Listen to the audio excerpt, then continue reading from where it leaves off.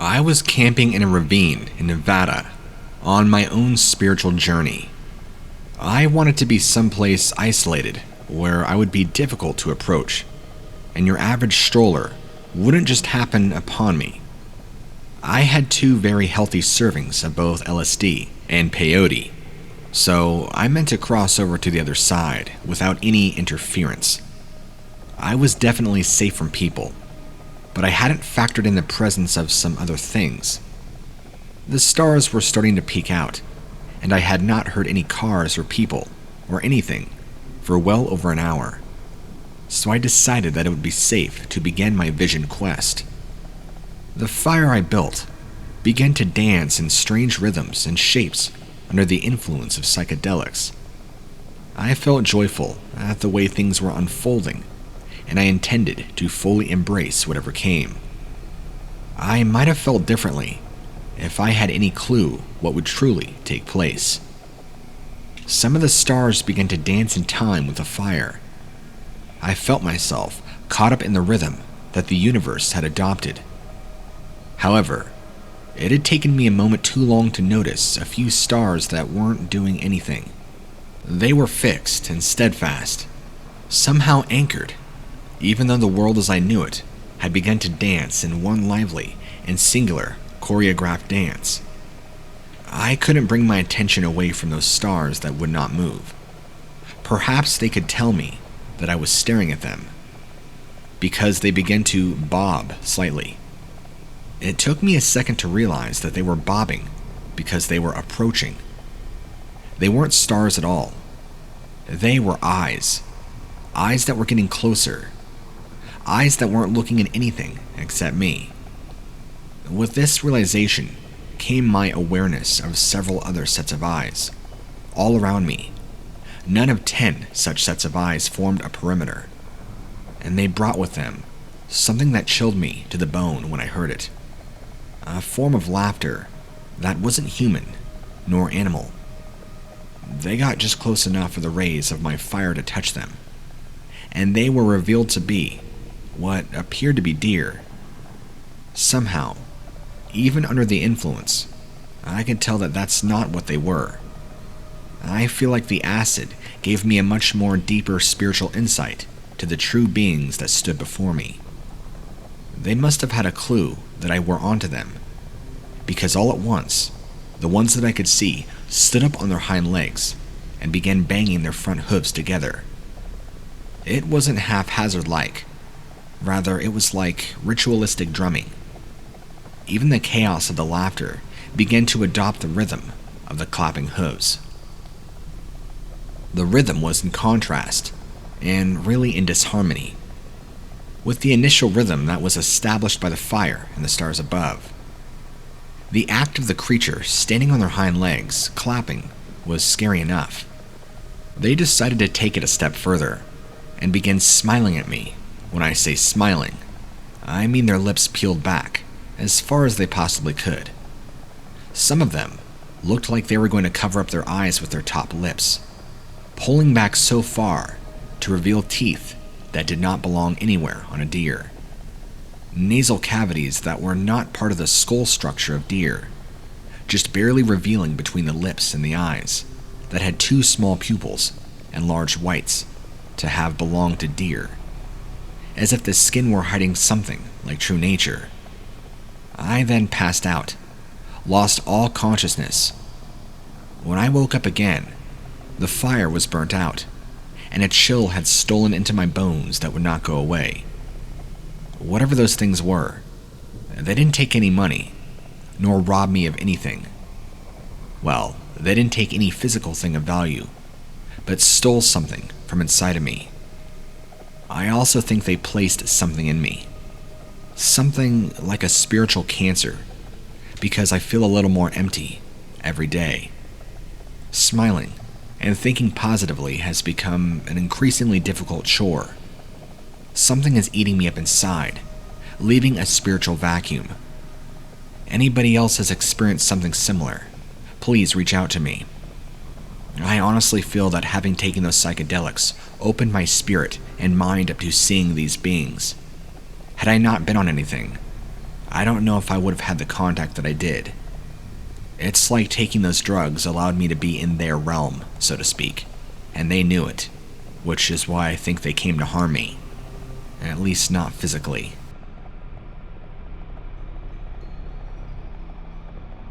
I have a nighttime ritual that I perform every single evening. I'm not exaggerating. Literally every single evening. If I miss, I'm afraid to think of what will happen to everyone in the nearby town, let alone to me. It's amazing how connected everything is. I've discovered the hard way that no man is an island. When people say that something doesn't matter or that a person doesn't matter, they have no idea how wrong they are. Everything affects everything. Not everything may affect other things to the same degree, but there's no such thing as zero connection. I sat on the back porch, same as usual. I grip my dad's shotgun.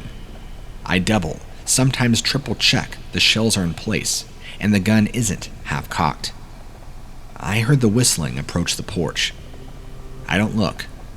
As many times as I've done this, I still can't look, ever. It was the shape of my father approaching the porch. He had his hands in his overalls, and he was slightly waddling side to side. He stopped just shy of the porch and asked me if he could sit next to me for a little bit and chit-chat. I told him that he needed to go back where he came from. He shrugged his shoulders and turned around and started to go back, retracing his steps. He stopped just long enough to look over his shoulder at me and asked me if I'm sure. I told him that I am, and that I won't hesitate to shoot him if he did not keep going. He shrugged again and said all right, then kept going. I waited until I could see him become a speck on the horizon, next to all the other specks that are the gravestones in the family cemetery. I can't let him have his way, because if he were to take me, then he would start working on the people that know me. He would look like me. He would talk his way into their graces. Then he would take them and start working on the people that would know them, and so forth. It's not easy for two simple reasons. One, I really miss my dad. He passed away some odd years ago, and I haven't been the same since. Second, the simple fact that the thing is able to assume my dad's appearance means that it has taken his skin. The question will bug me and haunt me as to how did it take his skin so that it could take his shape.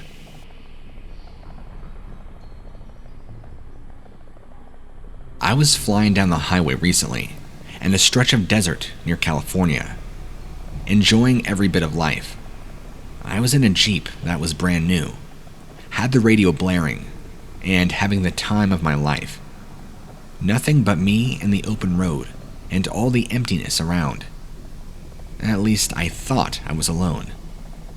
It took me a moment to notice that there was some sort of dog running beside my vehicle, doing its best to keep up. It could have been a Great Dane because it was doing an impressive job of keeping good pace.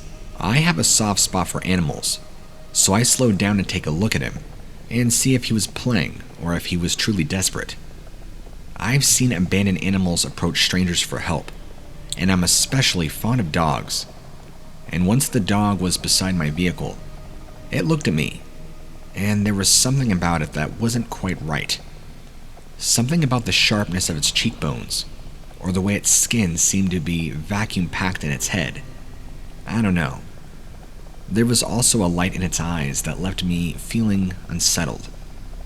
I decided that this dog was too strange and had too much energy to be a stray, so my conscience allowed me to speed up and leave it behind. Except when I sped up, I couldn't leave it behind. I was pushing near 90, and this thing was matching my speed, no problems. I sought back a wave of anxiety as I looked at the dog, trying to figure it out, and it looked at me, making full eye contact. And you know what? It smiled. As comical as that sounds, it was by far the most disturbing thing I'd ever seen. I tried to push my vehicle to go faster, as I did the dog begin to transform, his legs appearing to get longer, and his speed got faster. It started to look like some kind of demonic deer or elk. It was when I was on the brink of a panic attack that it broke off its pursuit. I breathed a huge sigh of relief, 1 second too soon, because a car came at me from a slight hill, and it's a miracle we didn't collide with each other head on. I'm convinced that an accident like that was the creature's goal. What on earth was I dealing with out there?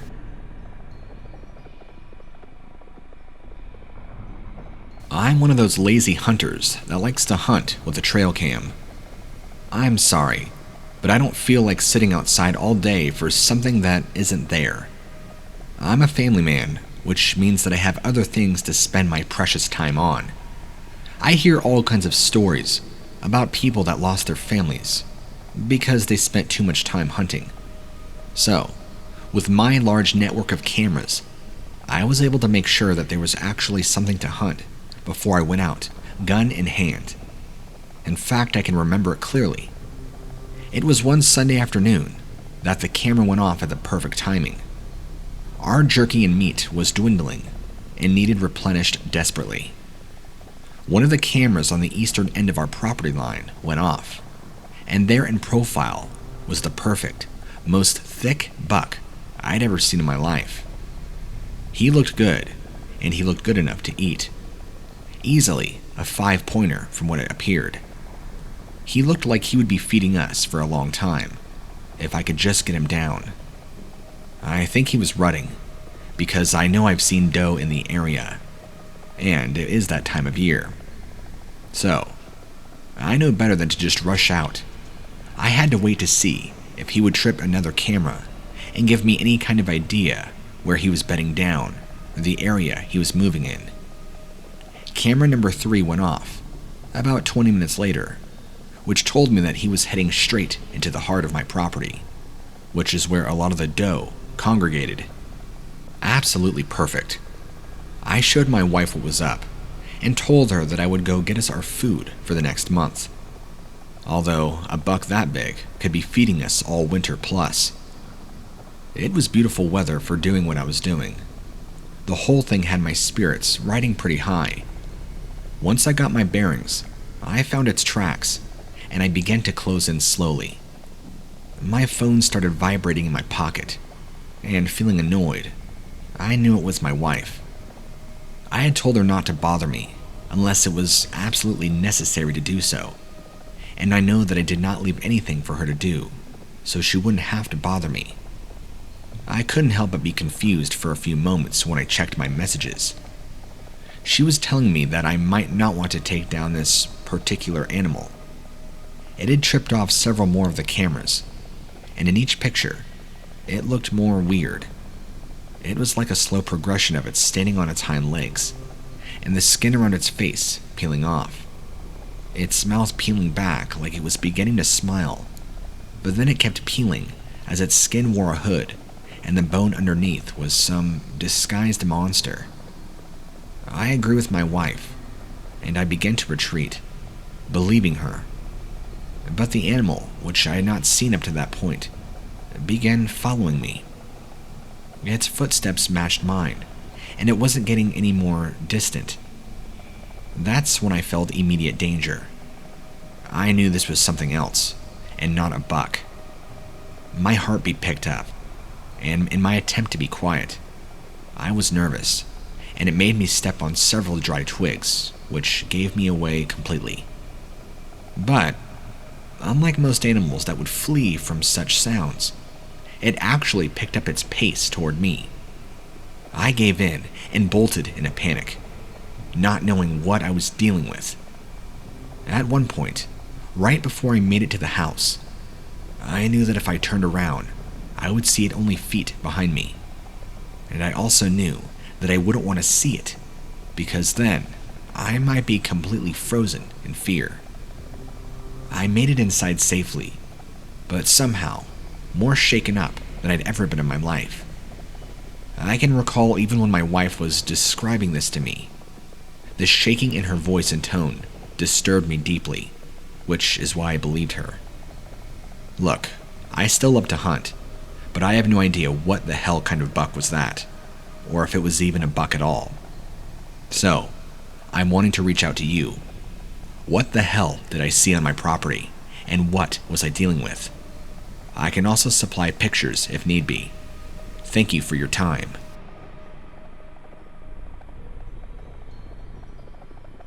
I had been bow hunting with one of my friends from school. The hill country of Texas was particularly in our backyards, so there was no reason why we couldn't be out there, spending so much time together. It was the most fortunate stroke of luck that both of us had as parents that wanted to see us have fun, or they wanted us out of the house. Either way, my technique was a little rusty, and my friend showed me a few things before we began moving on to living and moving targets. I was able to bring down 2 small hares and a coyote before. That is, until I came across the most beautiful elk I'd ever seen in my life. My friend was just awestruck, but he seemed to be more afraid than anything else. It was strange, because I had never seen him act like that before. He seemed to be gathering himself to encourage me not to take this particular target, but I was too excited to listen. I knocked my arrow, and I took him, and I shot. And I watched as the bolt sailed straight for the heart of this creature. You can imagine my shock and dismay when an arrow struck me in the back. And no, it was not my friend. We only had one bow between us two. My friend cried out. The elk that I had shot the arrow at looked at me straight in the eye, and it grinned. I don't know what an elk's teeth are supposed to look like, but I know that they did not look like that. Those teeth seemed far too human. I was rushed to the hospital and lost consciousness many times due to blood loss. My friend is being held responsible for what was done, even though both of us explained that I was holding the bow. Nobody was open to the possibility that the arrow I fired had somehow ended up behind me, as if by magic. I understand that's a bit of a stretch, but it's much more plausible than the notion of my friend taking the bow and arrow from me, shooting me, and then giving it back, all while me holding it. I don't know what else to think. Truth is stranger than fiction, and it's giving me one of those moments of paranoia, where I'm pretty sure that the people who hear our story actually believe us, but they know something, and they're going to play dumb. Look, me and my friend are sticking by our story, and I will continue to defend him, even if it means doing so in court. We're going to push this as far as it can go.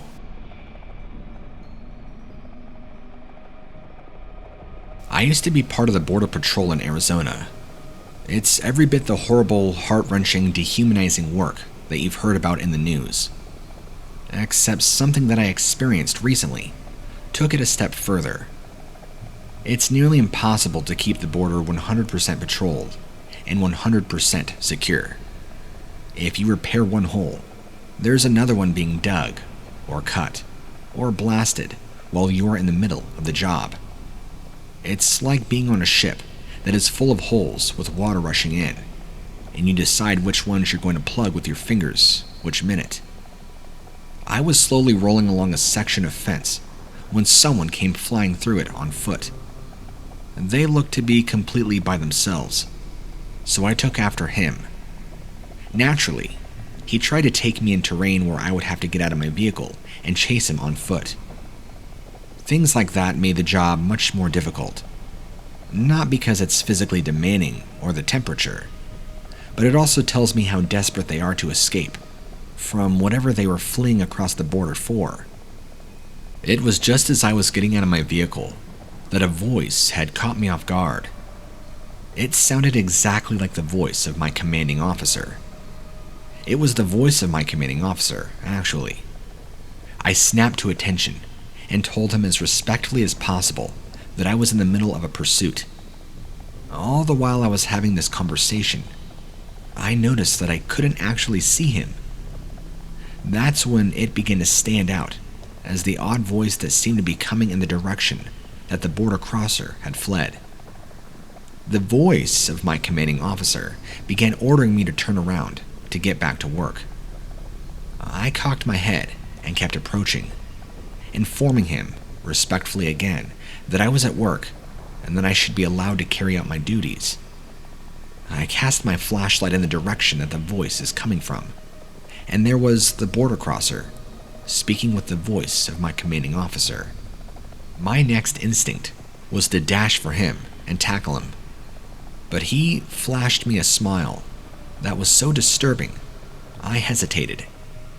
And then his eyes began to emit a glow, and his teeth began to lengthen, and then his neck got longer, and he dropped onto all fours and turned into something like a coyote, the smile and eyes remaining nearly the same. I had to take leave of duty after that, because my nerves would not allow me to work. It's one thing to meet a creature that you hear about in half-whispered native legends, but it's another to find the one that knows something about you and the people in your life, and then exploits that information on contact. Yes, to summarize everything, I wholeheartedly believe in skinwalkers, now that I'm fairly certain I had my first personal encounter with one.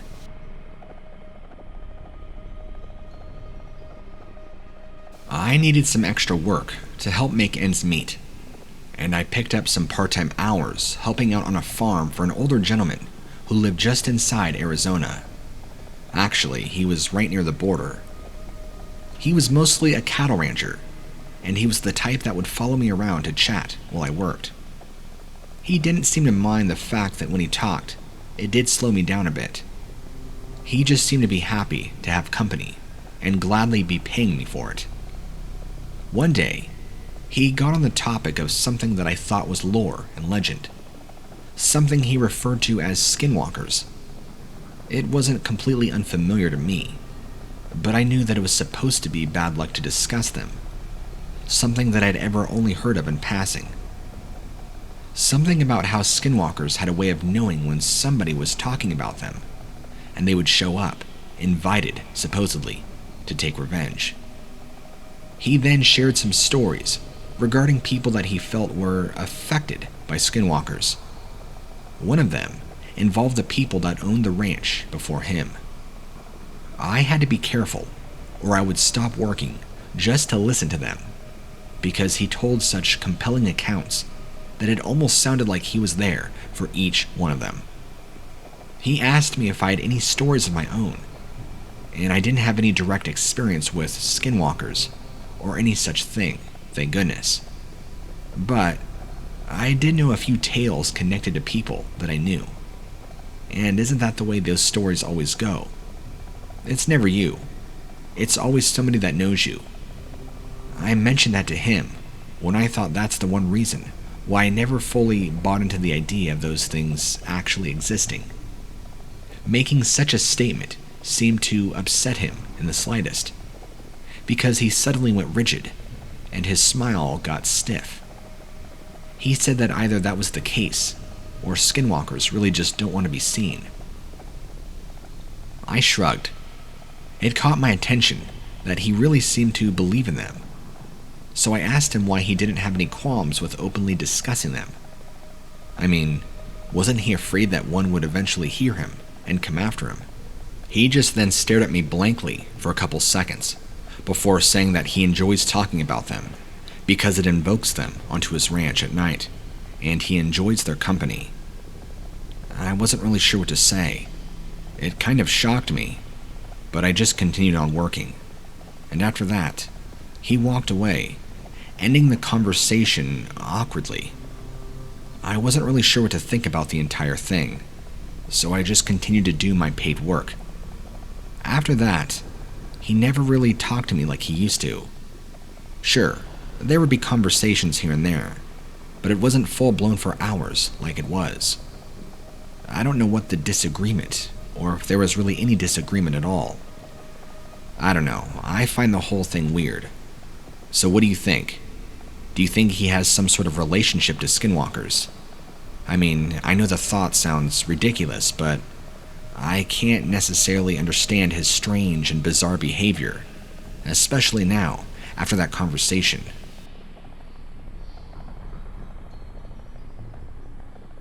Something has been happening to me, on and off for the last few months. It's really been affecting my sleep, which means it's interfering with my career. And I'm just not sure what to do.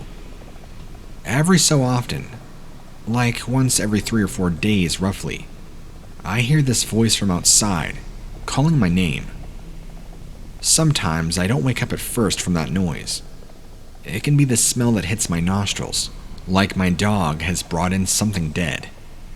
As soon as my nose hair starts to burn, I wake up, and then I hear my name, right outside my window. Other times, it isn't the smell, but my dog that wakes me. He sleeps with me now, and he'll be growling. This low protective but frightened growl that I have never heard him make before. He is also a husky, and huge, but whatever outside the window had him whining like a pup. The first couple of times I thought I'd been dreaming, then just went back to sleep. Then I decided to look out the window. The reason being that this voice that was calling to me, calling my name, was my mother's voice. So I'm thinking, she's gone out for a smoke, and the door shut, or she must be sleepwalking. Not that I've ever known that to happen, but you grasp for a reasonable explanation. So, I look out of the window directly after I hear my name. No Mom. I quietly tread down the hall to my mother's room. She's in her bed, conked out. No way she could have gotten back around the house that quickly. But it doesn't stop. Something mimicking my mother's voice is calling my name. Nothing else. Just my name over and over for around 10 minutes. Then ending abruptly. I tried to shout back, tell it to leave me alone. I've looked outside from any trace of what it might be. I have even ran outside once, when I was so tired, I was feeling brave or reckless. But there was nothing there. No trace of somebody standing under my window. No tape recorder playing my name. The sign of an elaborate hoax. I've started drinking just to knock myself out, so I can get some sleep before it starts. It doesn't seem to want anything, but it won't leave me alone either. I don't know why it's chosen me or why it mimics my mom. Sometimes she pulls the third shift and works, and still the voice comes when she isn't even in the house. I did some digging, and there haven't been any deaths reported on the property or nearby land. None that I could find anyway. I'm not an expert on ghosts, but this didn't feel like that. I don't know how much it is true, but I've never felt cold or seen orbs, the kind of stuff that goes along with a haunting. What I did find was that the forest on the other side of our land used to be Navajo, and despite there not being any particularly large predators just wandering around the neighborhood, there have been slight sightings over the years of a large bear and a wolf that both supposedly walk on 2 legs, connected to that area. Look, I don't know much about skinwalkers. Quite frankly, even just the concept is terrifying to me. But we have a very diverse population in our town, including ancestors of that original Navajo settlement. Individuals that choose not to live on the reservation. After all, just because you're native to a particular tribe doesn't mean you're forced or have to live on the res. There are ones that do venture out. In fact, I know some of them personally. Anyway, who is that is calling to me? And if so, why? I don't want to acknowledge the S word, but I feel and fear that it just might be.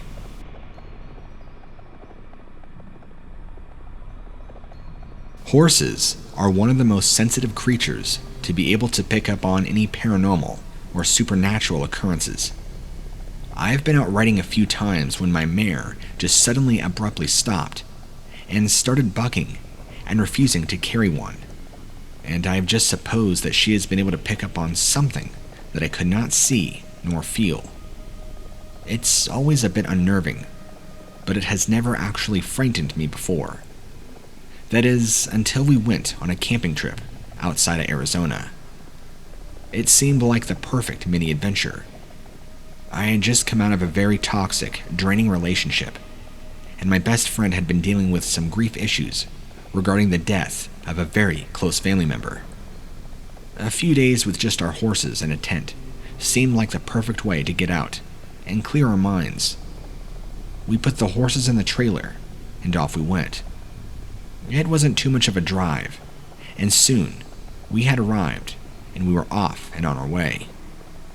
We rode for a while, but it was so darn hot, we didn't take the girls too far, and then we found a nice spot, not too far from some shade to set up camp. It's true what they say about being outdoors. It really does make you extra hungry and sleepy, so we called it a night pretty early.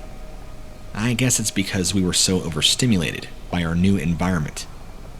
Heading into our tent, having ensured that the horses were comfortable with food and water.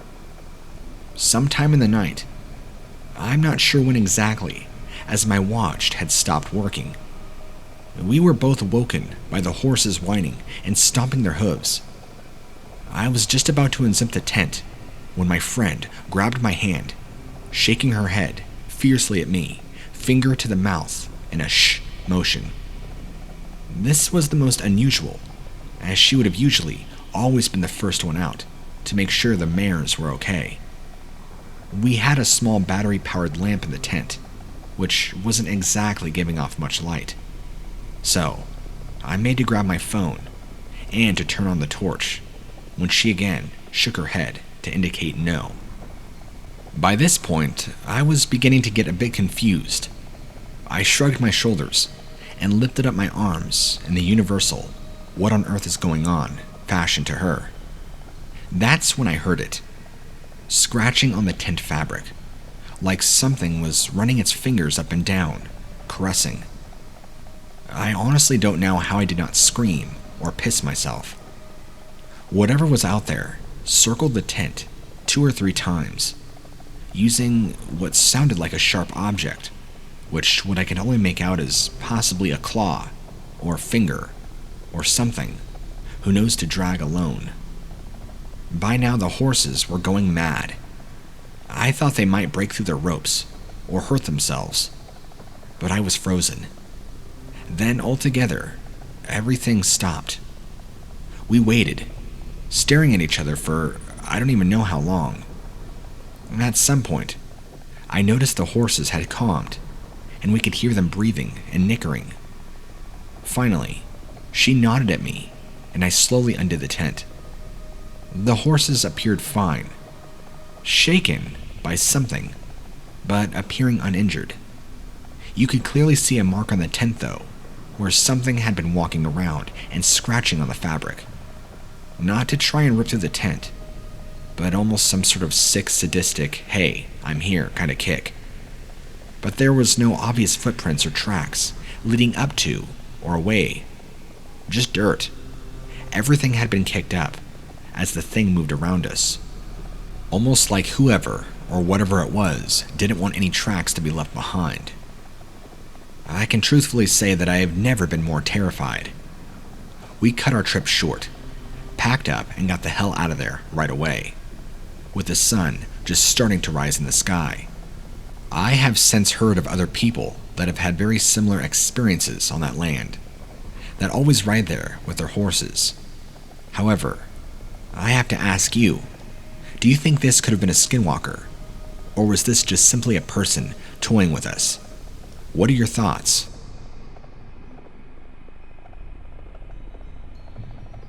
I have several buddies who are from Navajo descent, and they have all told me at least one story involving something that can only be described as a skinwalker, dare I say.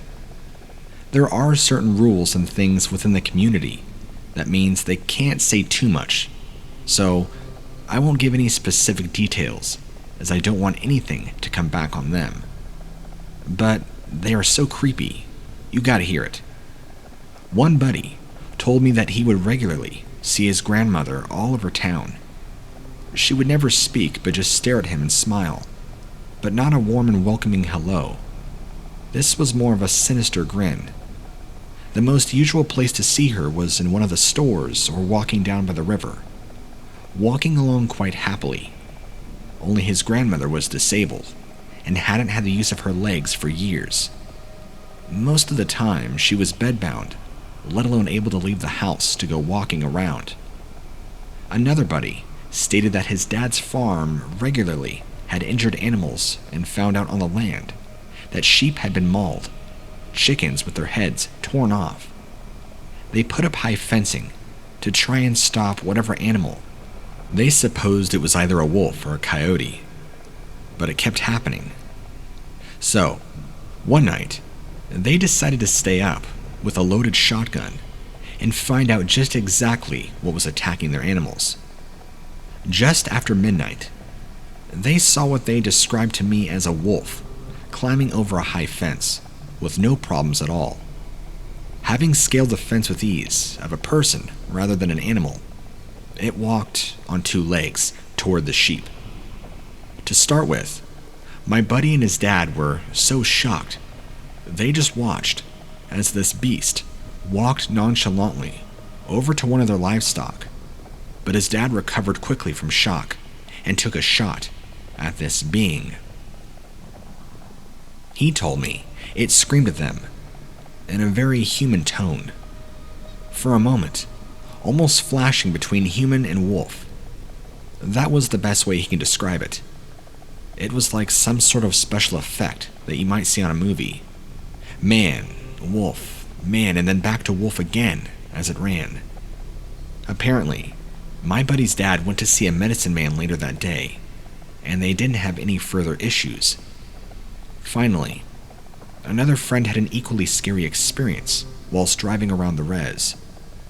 They were heading home from a day teaching in the local high school and had stayed late due to it being football season, so she'd stayed to watch the game. Once she got back onto the res, she stated that she saw a large dog standing by the side of the road. She didn't think too much of it to start with, merely that it likely belonged to somebody who was taking it for a walk. As she drove past it, it started to follow alongside the car. Ah, how cute she thought at first. But it didn't seem to slow. Worried that it would lose its owner, she sped up a little bit. But the dog kept up. Now, starting to worry a bit, she sped up more, but the dog managed to keep pace. She ended up hitting the gas pedal and speeding up to about 60 miles an hour, with the dog still right outside the window when poof, it just suddenly disappeared. There are plenty more weird, scary things that have told me, but those are the three most hellish stories, and they've always stuck with me. Anyone who doesn't believe in this stuff should seriously go and spend some time on the res, or talking to some of the local natives there. I guarantee you they'll make a believer out of you yet. In fact, I used to be the world's biggest skeptic. Now, not so much.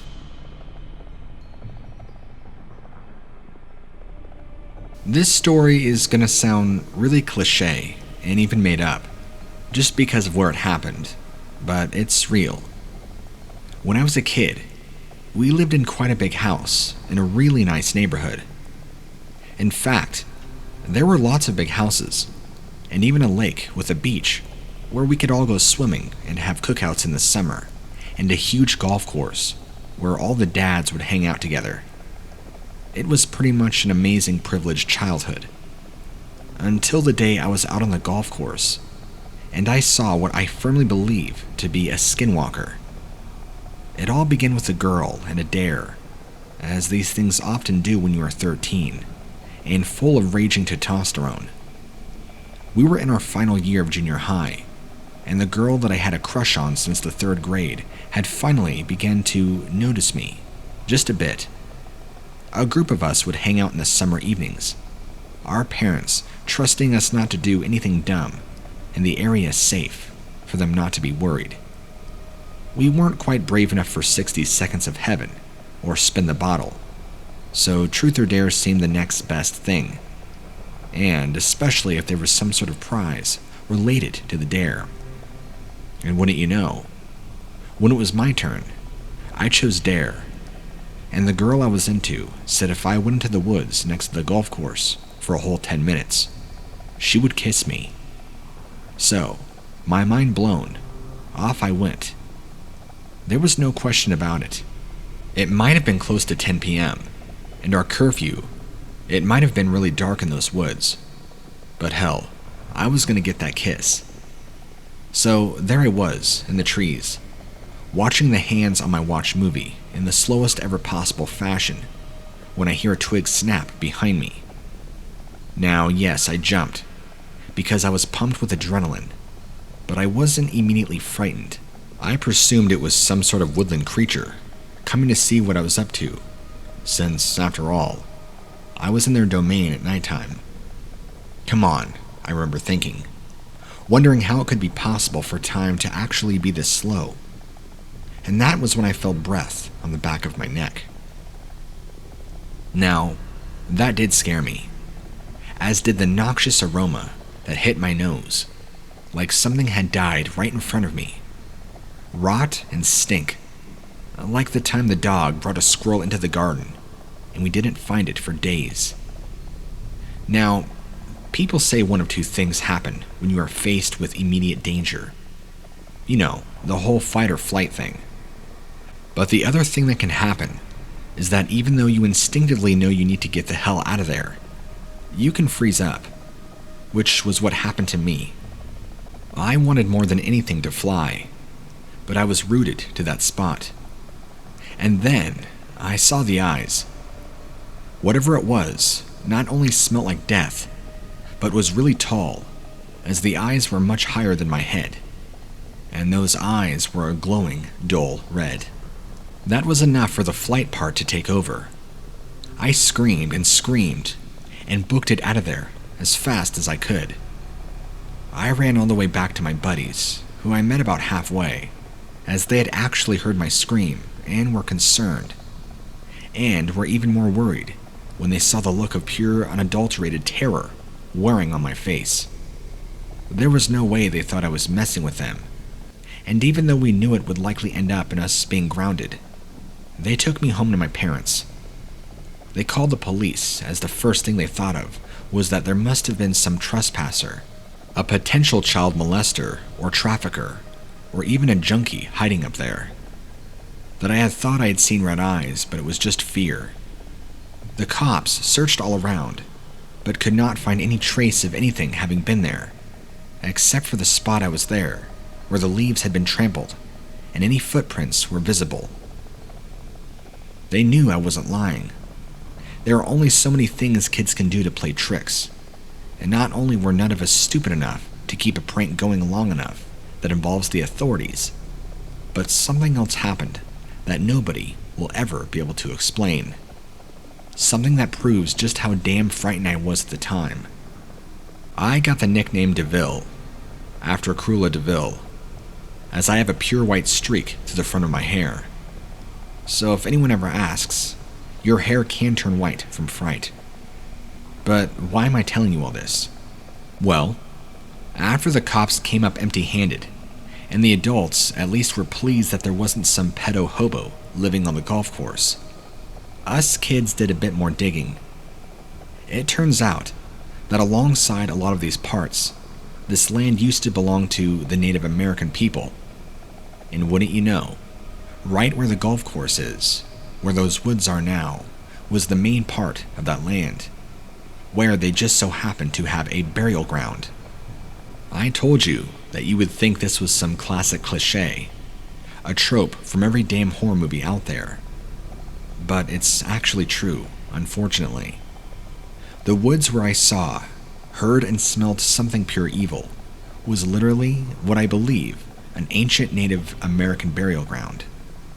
Digging into the stories around sightings like this, I don't think it could have been a Wendigo, thank God, as I wouldn't be here to tell you my story. So my other best guess is that it had to have been a skinwalker, or some other miscellaneous demonic entity. Listen, after that, we never played in those woods again, especially after dark. And if it really was what I think it is, I was very lucky to get away with a permanent Halloween hairstyle and nothing else. Anyway, I'll cut my story short. Thank you so much for listening. My story is short, but the time it covers involves several long years. I can't exactly tell you just how desperate I am to find peace over my experience. Finding somebody that will listen without judgment has been a tremendous struggle, and no small part of my frustration.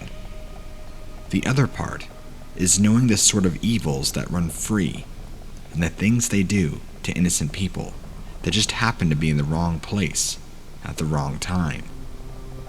I utterly hate confined spaces, and I think that's one of the reasons my older cousin took every chance she could get to get me into a cave with her. It was always a cave, or a closet, or a tunnel, or some small space that we weren't really supposed to be in.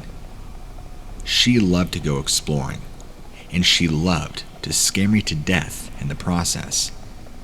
She was like that as a child, and she stayed that way as she grew older. One day, she finally picked the worst possible place to explore, and she just had to get me involved. She said that she saw a shadow enter a cave in the deserts of New Mexico. We're natives to New Mexico, so the desert doesn't really faze me as much as caverns do. Most of the time, I could hold my breath and explore with her for just a few moments, but that eerie little story was an automatic no for me. Telling her no only made her try harder to persuade me. I don't know how she did it, but she sold me on going into that cave for 5 whole minutes. She said I could set the alarm on my phone if it would help. However, I foolishly agreed. The cave entrance was wide and tall, as was the first chamber we found ourselves in. It was more spacious than I thought, and this lulled me into a false sense of security. A natural tunnel led on, and we went, and I agreed to go, feeling more calm than I should have. We both lit up the flashlights on our phones, and I instantly regretted it. There were skins stretched on the tunnel walls, and symbols painted onto them in some sort of chalky red substance. There was no airflow, but I definitely remember seeing the slightest movement in those same skins, as if by some diabolical means there was still some life in them. They didn't just sway, they were twitching and jerking. I pointed this out to my cousin, but she wouldn't even look. She was far too busy worrying about where the tunnel went next. I was beginning to panic well before the 5 minutes were up. The cavern felt inhabited by something wrong, and if the first tunnel had evil-looking skin that still moved, the rest of the cavern couldn't have anything good. She got too far ahead of me, and I lost her. She traveled well beyond my phone's light. She yelled at me to pick up the pace, but I couldn't. Fear held me back like a lanyard. Suddenly, she was running towards me, but 2 very large gray hands with long and dirty nails closed around her face from behind her. One of the fingernails dug into her eyes, and she screamed as she dragged backwards. That pushed me over the edge. Everything that happened after that felt like a bad movie that I was watching from back of the theater. One of my legs wanted to run after her. One wanted to run to the cave entrance. It was complete mental agony that transcends anything I have ever felt before. I phoned the police and directed them to the remote location of this cavern. They didn't find any of the things I have described to them, not the twitching skins on the walls or anything, and they certainly found no trace of my cousin. I've since tortured myself by driving out to the location of the cavern and just standing nearby. If you've never experienced tragedy up close and personal like that before, then there's no point in trying to explain. It's like the way firefighters and soldiers will stand next to ground zero of the Twin Towers, even to this very day. It took me 3 years, but I finally saw something after all my pilgrimages to that cave. It was near sunset one evening when I saw a shape going towards the cavern at a fast clip. It looked every bit like my cousin. The resemblance struck me so hard that I forgot how to be afraid, and I chased after her in a state that felt somewhat like sleepwalking. I called out to her as I ran for all I was worth to catch her before she went inside. She stopped just long enough to look straight at me and then disappear inside. It was her. It looked just like her. The eyes were bigger and darker than I remembered, but I didn't care. I had found her. It had to be her. I gave in to my foolishness again and bounded after her into the darkness of this cavern. My phone lit the way, and I yelled for all I was worth. There were more skins than there had been 3 years prior. There was some that looked like hooded cloaks. I discovered to my horror that they were indeed human. The hoods were faces. They writhed and twitched in my presence. One of them, I swear, the empty face lifted and looked at me. Even though there were no eyes and no solid support, I recognized it right away. It was my cousin's skin. The mouth stretched and flexed and gaped, and a horrible wail sounded far off, as if her voice were coming from somewhere deep in the cave. I reported all of this too. You can guess how they reacted, judging by how crazy and insane my story sounds. At the time, I was committed to an institution. The irony was that I needed the help after what I had seen. I can't talk about that experience with just anybody. There's too many people watching me to see if I might need to go back in for treatment. But the encounter is eating me alive, and I don't know why my cousin's skin is hanging on a cavern wall, and why it can scream. I don't know who is walking around with her appearance, and I don't know how long I could stay sane with the knowledge that something awful can happen to any person who ventures around here. My younger brother was really big on illegal hunting. He said that it was more fun when it was something you weren't supposed to be doing. Something about having something to hunt while watching out for being hunted by the law. Either way, he was a man prone to taking self-destructive chances. I went with him as an extra set of eyes. I'm sorry, but you just look out for your little bro. It's just the way it is. Plus, I didn't want him to pick a fight with any animal that's too big for him. He really was the stupid type. You know, the kind that would hit a bear with a stick, just for the thrill of being chased by it. I found out the hard way that you really can't save a man from his stupidity if he doesn't want to be saved. And I've paid with having to live with the memory of what happened. In a strange way, I resent my brother for having no such curse.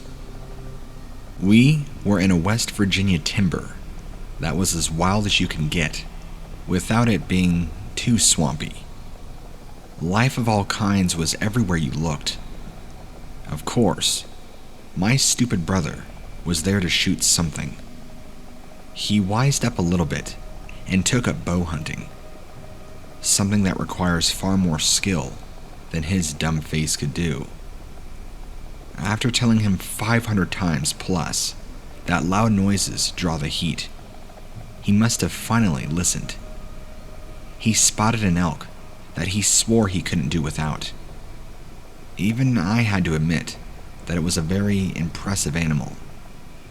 At the time, there wasn't a pass on hunting elk. The state was trying to build up their numbers. But this elk was a real looker, and I swear, the thing was looking directly into my brother's eyes. He thought so too, and there was no backing down for him. My brother, through all caution and stealth to the wind, sprinted after the elk, with bow in hand. The animal was very peculiar about my brother. It didn't run. It trotted away, but it made no effort to lose my brother. My brother moved faster than I thought he could ever move, so I had some catching up to do. He had gotten way ahead of me, and I wasn't a young man, not even then. I had to navigate a very steep hillside, full of young trees and saplings, which took me quite a while. My brother got through it like it was his element, which is why I was that much more surprised to see my brother standing at the top of a hill where it opened up into a flat, even glade, where one large tree dominated the center of the opening. I've seen some strange trees in those parts, but this one was like something from another world. The bark was black as tar, and it was bristling with spines long enough to be spears. When I caught up with my brother, he was standing in front of it, looking up into its wicked branches, and I noticed he wasn't holding his bow, and I was going to ask him what he did with it, when I noticed that one large spine impaled my brother through the mouth and erupted from the back of his skull. Somewhere in the fog of shock, I stumbled back just in time for a hunter's arrow to miss me by inches and strike a nearby tree. It was one of my brother's arrows. The bow was in the hands of something that had the elk's head, but everything from the neck down looked entirely human. At least mostly human. The exposed skin was a little too gray with hair, and looked a little coarse, even from the distance that I was. I tried to reconcile what I was seeing with the earlier sight of an actual elk running on four-hoofed legs. Now, there was this actor in a skin suit, and he really did wear a cape of skin. It was like a quilt of patchwork flesh. I think there was more than one animal in that cape too. But the arms and legs didn't quite look right to me. Or maybe the intensity of the moment distorted what I remember. I don't know. Either way, my brother died by his own weapon, shot by something that went from 4 legs to 2 in the blink of an eye. I don't know how that works, and you couldn't pay me enough to go back into that wild wood to find out. I learned that day there are just some things that are meant to be left alone if you know what's good for you. In the meantime, I'm still deep in the process of mourning.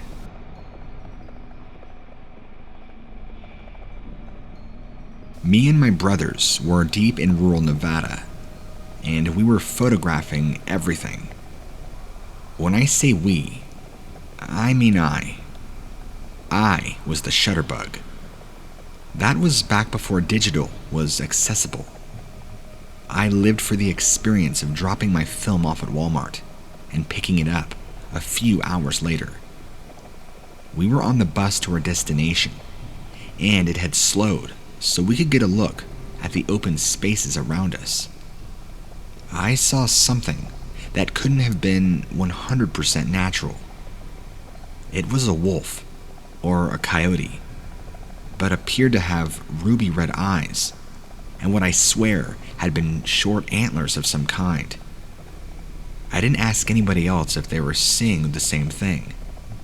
I was too afraid that it would vanish if I looked away. This is usually the point where something goes wrong with a camera, but mine worked just fine. The animal even looked right at me as I fired off 15 shots.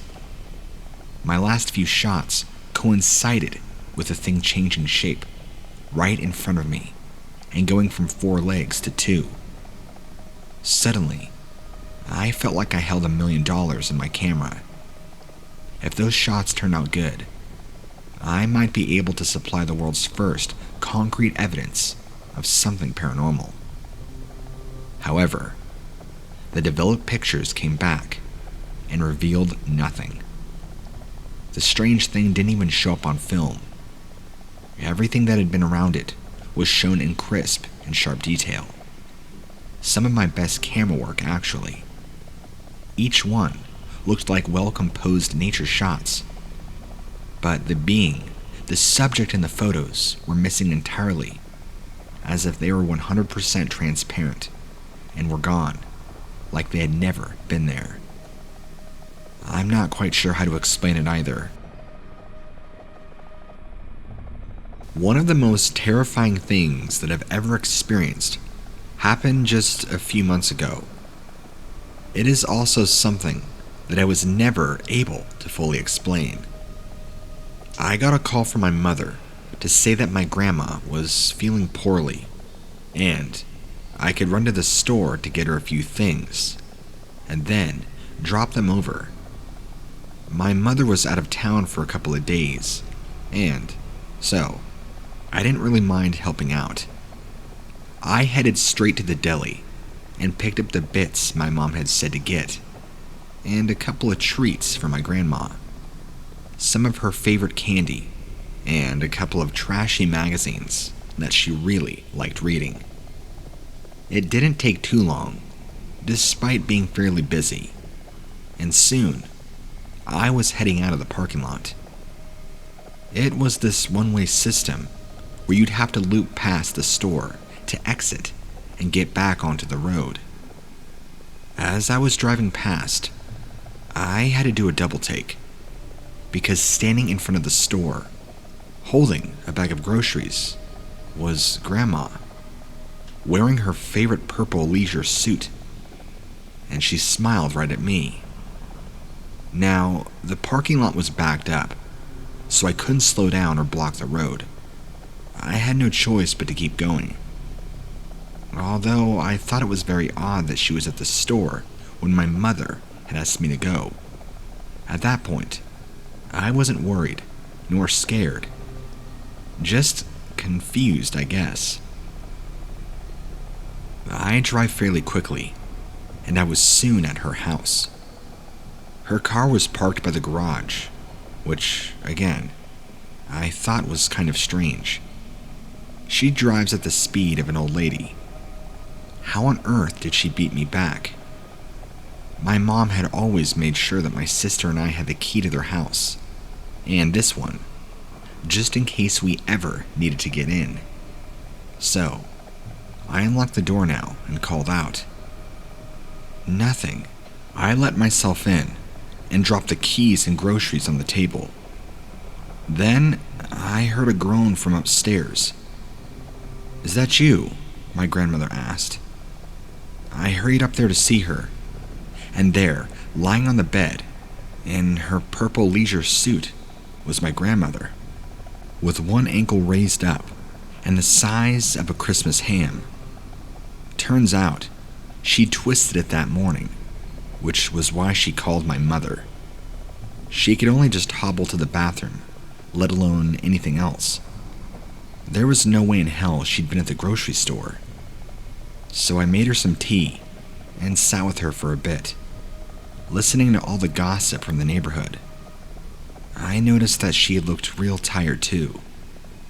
I asked her if she'd been sleeping okay. It couldn't have been from the ankle pain, since that had just happened. She told me that not too well.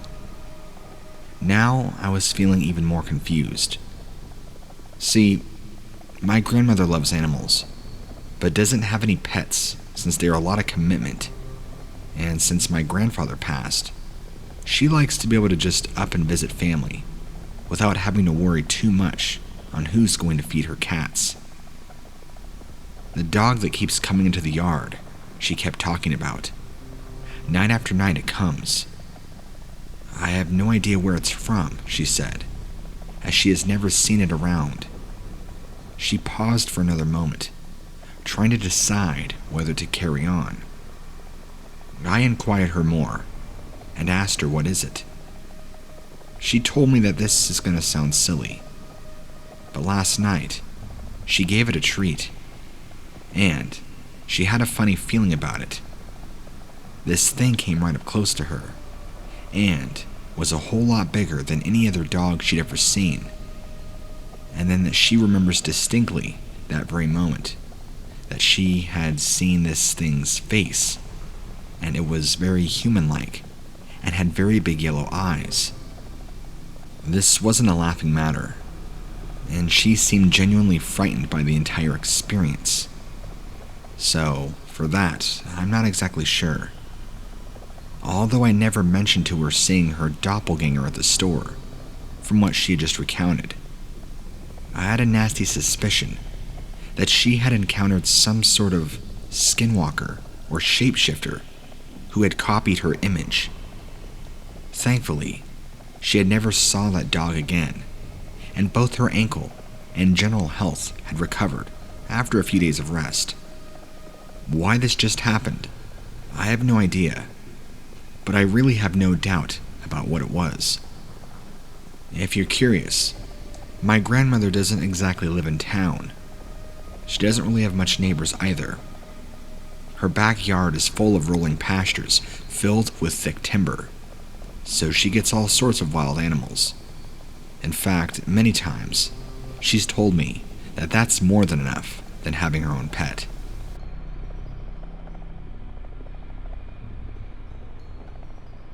A few years ago, a buddy of mine suggested we go on a road trip.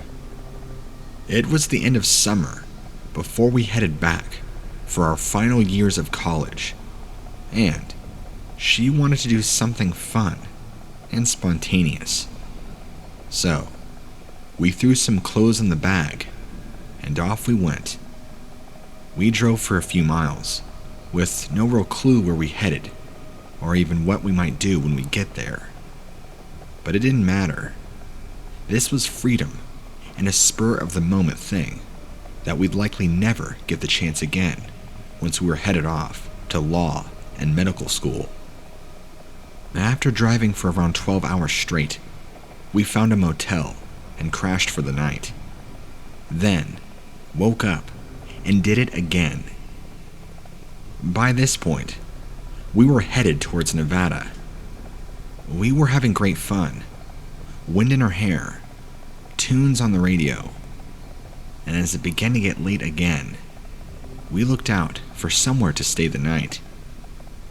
Although we were mainly sticking to the highways, even some of the main routes now were kind of lonely, and we often didn't see another car for miles. We were also careful on the quieter roads to be on the lookout for any wildlife that might wander into the highway. The last thing we wanted was to run over a deer or a coyote. Not only would it likely damage the car and make a hell of a mess when we were in the middle of nowhere. We were both animal lovers, and the thought of hurting something was abhorrent. So when I first saw the coyote or wolf, I wasn't sure which at first, as it was pretty dark.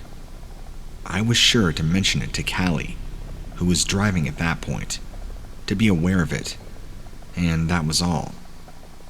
It seemed to follow us along the road for a bit, as if playing a sick game of chase, but I did think it was kind of cute.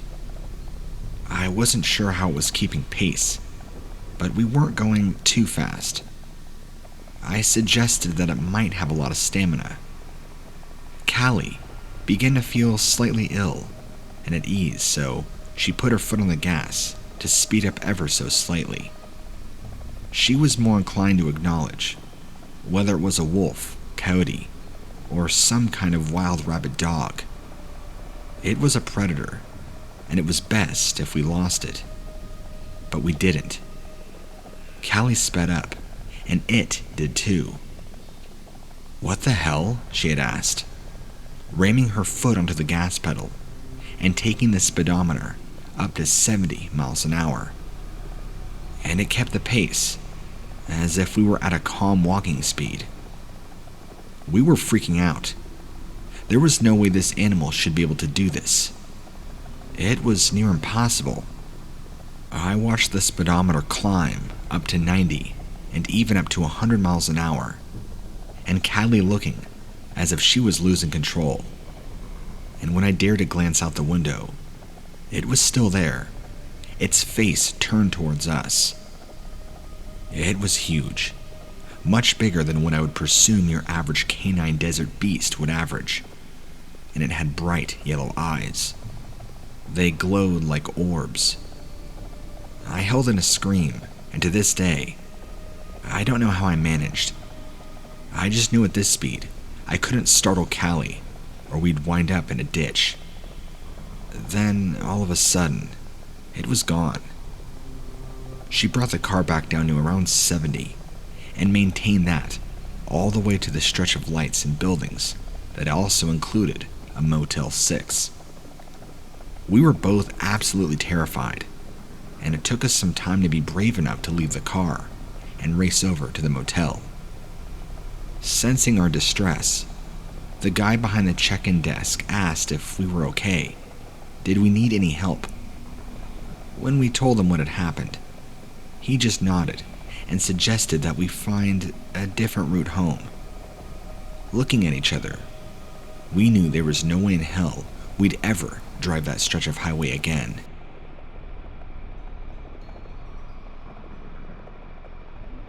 Back in high school, I had a really good friend who lived on the res. His folks owned a farm out there, and sometimes I would stay over and help out with chores. I really liked animals, and had wondered about maybe becoming a veterinarian someday. Since the property was surrounded by thick woodland, and their cattle was their livelihood, they had plenty of fencing and traps laid out for any would-be predators, such as coyotes or wolves, something that might try and attack and hurt the herd. One of the neighbors had to have been on the lookout for some sort of mangy-looking coyote, who was obviously getting braver the hungrier it got, as it had been seen straying closer to the properties. I kind of felt a little sorry for it, not liking to think that any creature should be starving, even when that was likely to cause devastation if it was to get into the field. There was also the matter that several of the cows with calf, which made them slower as they were huge, therefore easier prey, and the fact that the family would be losing 2 creatures. So, all this meant they were being extra vigilant and on hyper alert for any evidence that the coyote was planning an attack. Which leads me to the reason that my friend and I were in the field that evening, complete with shotguns, hiding and waiting for the beast to appear. We planned to stay out there for a few hours, probably until we got too cold, and earned some brownie points from his mom. It was just after midnight, getting close to when we would call it a day, when we heard a noise. George's dad had installed security lights, and although it was not exactly lit up like Friday night on a football field, it still gave us an advantage. So, when we saw what we thought was a coyote, George got his trigger finger ready on the shotgun. "Move back," he whispered to me as he aimed at this thing. He fired one shot. The cows started mooing and shuffling about as we craned our necks to see if we'd hit the thing. And that's when, to our horror, this thing stood up on two legs, just like a freaking person, and ran off. Although it was much taller than a coyote, which would normally stand on two legs. Way, way taller than any dog would ever be able to be. We could see from the illumination from the security lights that this thing was covered in reddish hair, and quick as a flash, it ran. George, seemingly unturned by this development, ran to the perimeter and fired off several more shots. I have no idea if he hit anything. He came back to me, then said we needed to get inside very fast. Waking up his parents, he asked if I wouldn't mind waiting in the kitchen for a moment, whilst he talked to them. I wasn't sure what to think. Had I really just seen a huge red coyote, person thing, standing on 2 feet, and then disappearing at the speed of light? When George came back into the kitchen, he looked frightened. He told me that he wasn't allowed to fill me in on much of it, because it was against tribal lore to share such things with outsiders, no matter how close I was to him and the family. I understood, as his traditions are sacred. All he was able to say was that I wasn't to come back until the place was safe. The creature we had seen was far more powerful and evil than I could ever imagine. I didn't ask any more, but when I got home, you bet I went and searched online. I looked and looked, and the only thing I could find was that of a skinwalker. Is this exactly what we encountered? Or could we have encountered something more demonic?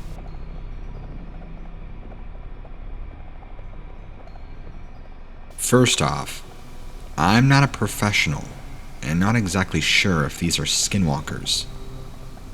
It was 2019, November I believe. I went hunting with my family, and we own a huge farm. I would love to share where, but have been stalked before, and that's still a fear of mine. Anyway, we set out around 5 in the morning, but that's not important. Later that day, finally, my cousin had shot one, a medium-sized buck, a 4-pointer. It was growing dark as we got the buck into the garage to prepare. Anyway, as we were skinning the deer, the forest grew eerily silent. The only sound was light footsteps in the forest and coyotes howling off in the distance. By the time we finished skinning the deer, it was now pitch black. Just as we were about to leave the garage and go eat dinner, the door got stuck. My uncle was relatively mad and fought with it. He couldn't get the garage door all the way closed, but gave up. So we'd go eat, and then off to bed. I couldn't sleep. Something kept me up. I had the best bed, warm temperatures. Everything was perfect, but I just couldn't sleep. My window was opened, and I was hearing crunches outside. Now, keep in mind, this is about 1 in the morning. I tossed and turned, but nothing.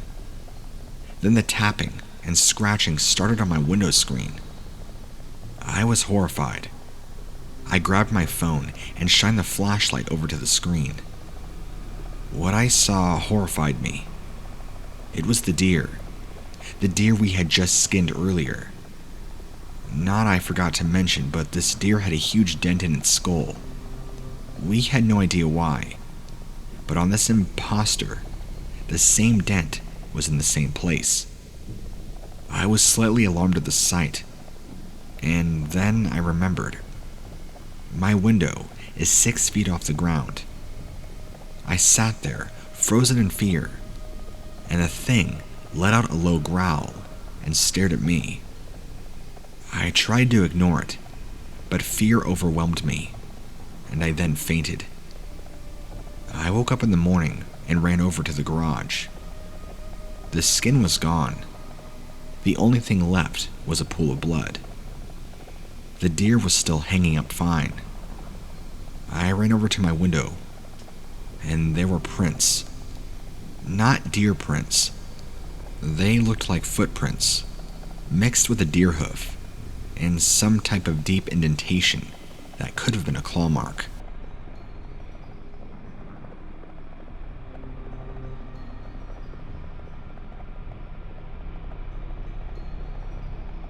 I grew up going to my non-blood related, very close family's friend, uncle's cabin, which was on a lake connecting to many other lakes, which goes into a well-known chain of lakes in that region. Anyway, this was when I was about 9 years old, and I had an extreme fear of being anywhere without my mother, since she was the only one around to take care of me and my siblings. This is because my dad had always been a heavy drinker and on deployment, but luckily not abusive. So, because of this, I was sleeping in the same bed as my mom on the ground floor of the old early 19th century cabin. It was raining outside, and around 1 a.m., I could not fall asleep for some reason. The window on the left of the bed was open with a screen on, and my mother was fast asleep. I looked out the window to look at all the trees outside when I heard it. It sounded like the noise of a cliché monster would make, except this was booming across the entire lake outside the cabin, and since I'd been looking at the trees, I could see the trunks and branches vibrating from the roar that I had heard. Since it was so loud, I had no idea which way it came from, but I knew that I had heard it. When it was only me and my uncle and older brother. This time, I was 12. I told my uncle all about it, and he started freaking out. He had told me that the Native American artifacts and items have been constantly found around that area since long before it became a settled town. Ever since then, I've been able to notice strange things in the surrounding woods and lakes, especially while kayak fishing on my own during the dusk. Just small things, like an animal staring at me through the edge of the woods for at least 30 minutes at a time, and following me when I got to a new spot. On one occasion, I was going swimming out in the middle of the lake. I'd gotten there by my uncle's jet ski, so from far away, it would be semi-hard to spot me. I had been swimming around for 25 minutes when I noticed a man's head bobbing up and down in the water, all while staring at me. He had not been there before, and I hadn't or heard him seen him swim out there. Keep in mind, this is about a half mile from the nearest shore. Needless to say, I got the hell home after watching him for just a couple of minutes, just sitting there.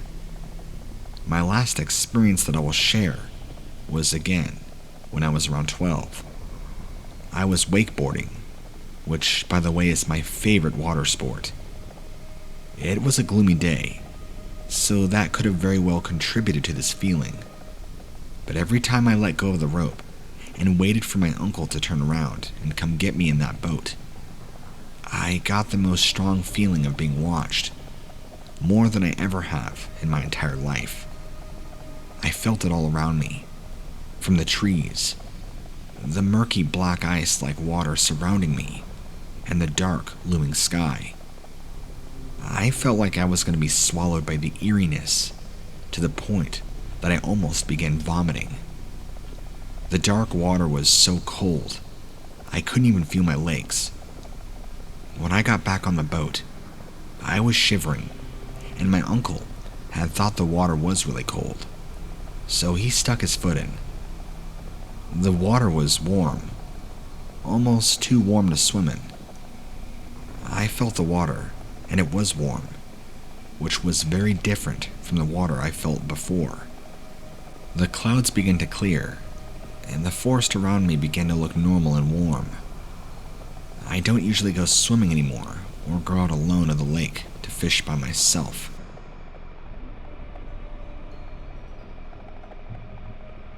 So, long story short, my girlfriend and I were swapping scary stories, and she told me about skinwalkers, which I'd never heard of before. When she told me what they were and showed me a few videos, I immediately thought of an experience that I had right about 8 years ago when I was just 15 and my brother was 12. We grew up in rural northwestern Missouri, a little over an hour and a half north of Kansas City.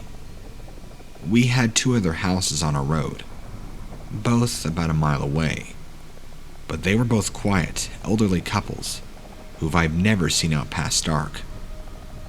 All of the houses on our road, mine included, were surrounded by corn and wheat fields and trees on all sides.